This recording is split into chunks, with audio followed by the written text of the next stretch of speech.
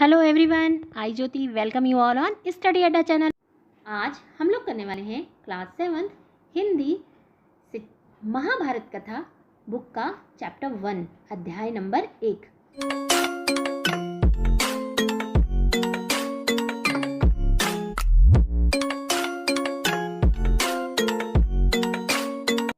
इस कथा में हम लोग बहुत बातों को पढ़ेंगे, जैसे कि देवव्रत के बारे में, भीष्म की प्रतिज्ञा के बारे में, अम्बा और भीम के बारे में, विदुर जी के बारे में, कुंती के बारे में, भीम के बारे में, कर्ण के बारे में, द्रोणाचार्य जी के बारे में, लाख के घर के बारे में, द्रौपदी का स्वयंवर कैसा हुआ, इंद्रप्रस्थ जो कि पांडवों की राजधानी थी, जरासंध के बारे में, और चौसर का खेल और द्रौपदी की व्यथा के बारे में, धृतराष्ट्र को क्या चिंता थी, भीम और हनुमान के बारे में, और इसके अलावा हम लोग मायावी सरोवर के बारे में पढ़ेंगे।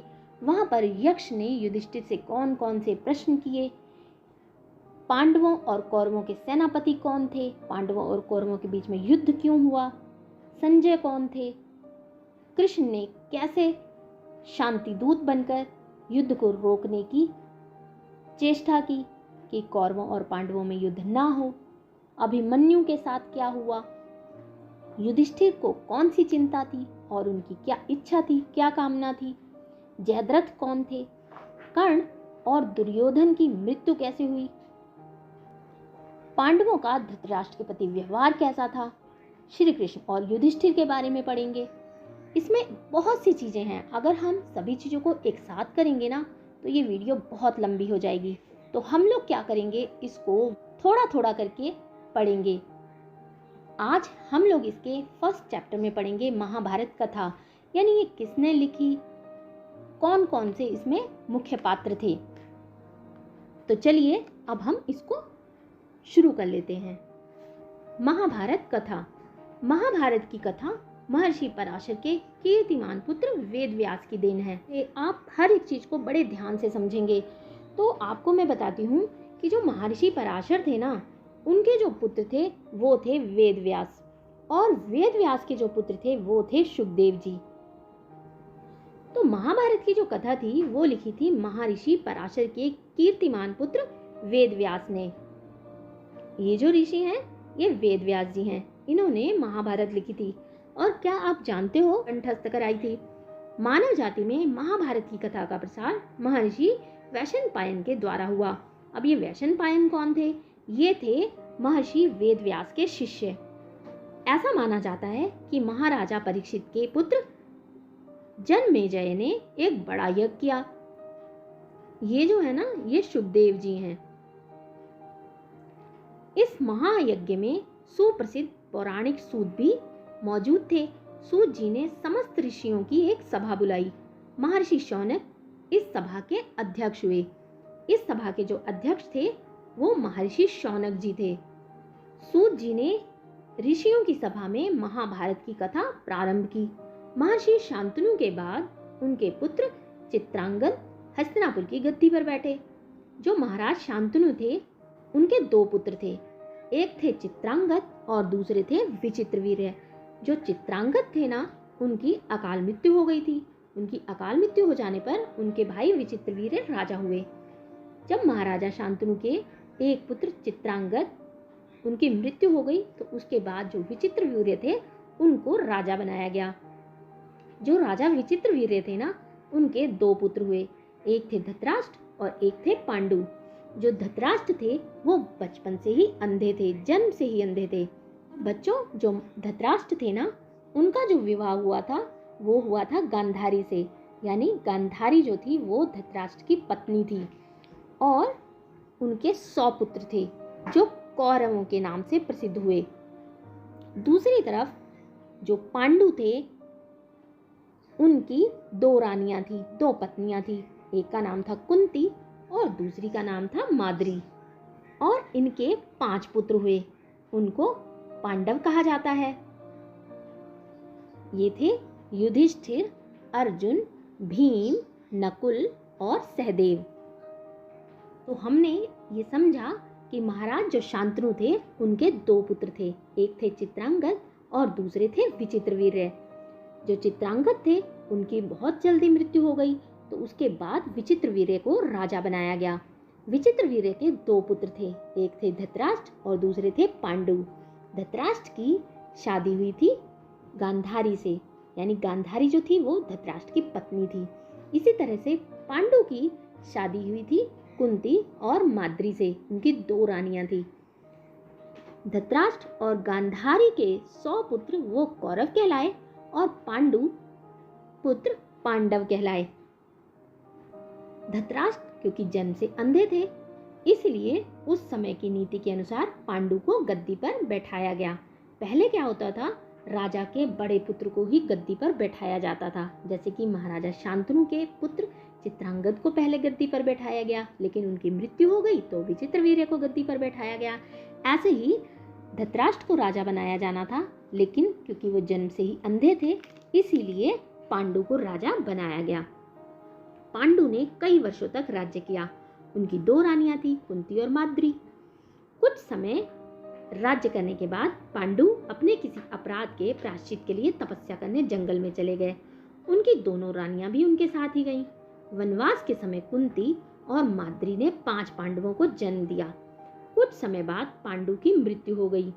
5 अनाथ बच्चों का वन के ऋषि मुनियों ने पालन पोषण किया और पढ़ाया लिखाया।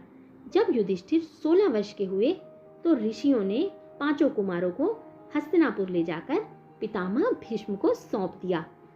5 पांडव बुद्धि से तेज और शरीर में बली थे। बली का मतलब बहुत ही ताकतवर। 5 पांडव जो थे ना, वो शरीर से बहुत ही हष्टपुष्ट और बलवान थे, और उनकी जो बुद्धि थी वो भी बहुत ही तीव्र थी, बहुत ही कुशाग्र बुद्धि के थे। उनकी प्रखर बुद्धि और मधुर स्वभाव ने सबको मोह लिया था। यह देखकर धृतराष्ट्र के पुत्र कौरव उनसे जलने लगे और उन्होंने पांडवों को तरह तरह से कष्ट पहुंचाना शुरू कर दिया। दिन पर दिन कौरवों और पांडवों के बीच वैरभाव बढ़ता गया। अभी मैंने आपको बताया कि कौरव कौन थे, धृतराष्ट्र और गांधारी के पुत्र, और पांडव कौन थे, पांडुपुत्र यानी कुंती माद्री के पुत्र। उनमें लगातार दुश्मनी बढ़ती जा रही थी, जेलसी बढ़ती जा रही थी।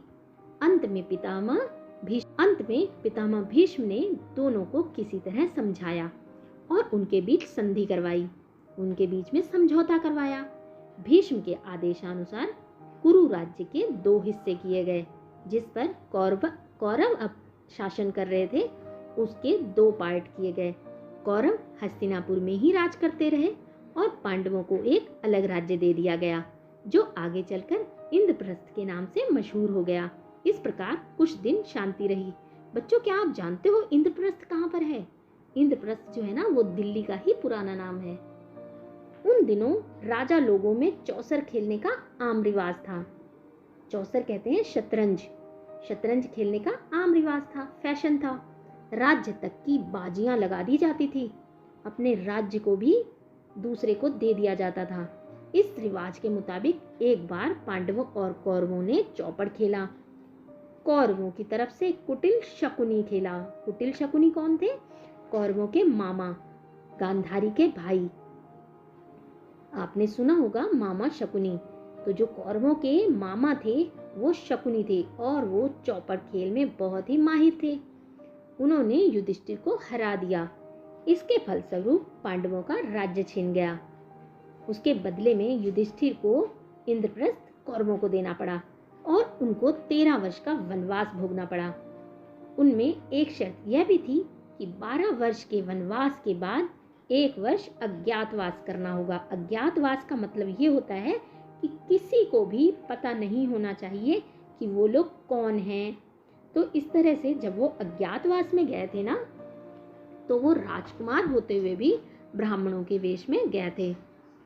उनके बाद उन्हें उनका राज्य लौटा दिया जाएगा, ऐसी शर्त रखी गई थी। द्रौपदी के साथ 5 पांडव 12 वर्ष वनवास और 1 वर्ष अज्ञातवास बिताकर वापस लौटे, पर लालची दुर्योधन ने लिया हुआ राज्य वापस करने से इनकार कर दिया। उसने मना कर दिया। उसने कहा वो युधिष्ठिर को, पांडवों को उनका राज्य वापस नहीं करेगा। अतः पांडवों को अपने राज्य के लिए लड़ना पड़ा। युद्ध में क्या हुआ? युद्ध में सारे कौरव मारे गए। और आपको पता है ये महाभारत का जो युद्ध था ये 18 दिन तक चला था।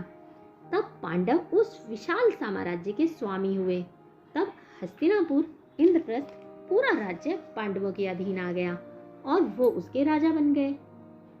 इसके बाद 36 वर्ष तक पांडवों ने राज्य किया और फिर अपने पोते परीक्षित को राज्य देकर द्रौपदी के साथ तपस्या करने हिमालय चले गए। संक्षेप में यही महाभारत की कथा है और आप इसके बारे में डिटेल में हर एक पात्र के बारे में अगले पार्ट में पढ़ेंगे। बच्चों, क्या आपको पता है कि ये जो महाभारत की बाल कथा है इसके लेखक कौन है? अभी हमने पढ़ा था कि जो महाभारत की कथा है वो लिखी थी वेद व्यास जी ने, लेकिन बाल राम कथा को किसने लिखा? बाल राम कथा को लिखा था चक्रवर्ती राजगोपालाचार्य जी ने। वो कौन थे? वो स्वाधीन भारत के प्रथम गवर्नर जनरल थे। उनको राजा जी के नाम से भी जाना जाता है। इनका जो जन्म हुआ था वो हुआ था 8 दिसंबर 1878 यानी 8 दिसंबर 1878 को तमिलनाडु के जिला सलेम में होमर के पास थोरापल्ली गांव में। शिक्षा और पेशे से राजा जी एक वकील थे और उनकी मुलाकात गांधी जी से भी हुई थी और बाद में गांधी जी के प्रभाव में आकर उन्होंने 1920 में असहयोग आंदोलन में भी हिस्सा लिया था। आपको बताना है आपको ये वीडियो कैसी लगी। अच्छी लगी हो तो इसको लाइक ज़रूर करें, अपने दोस्तों में ज़्यादा से ज़्यादा शेयर करें। जो लोग चैनल पर नए हैं चैनल को सब्सक्राइब कर लें। Thanks for watching. बहुत जल्द मिलेंगे हमारी नेक्स्ट वीडियो में। Till then bye.